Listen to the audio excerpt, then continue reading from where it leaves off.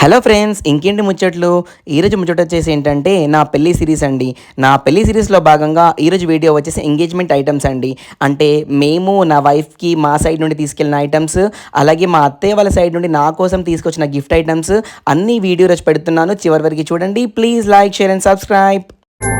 వధువు ఎవరో కాదు సీతమ్మ తల్లి,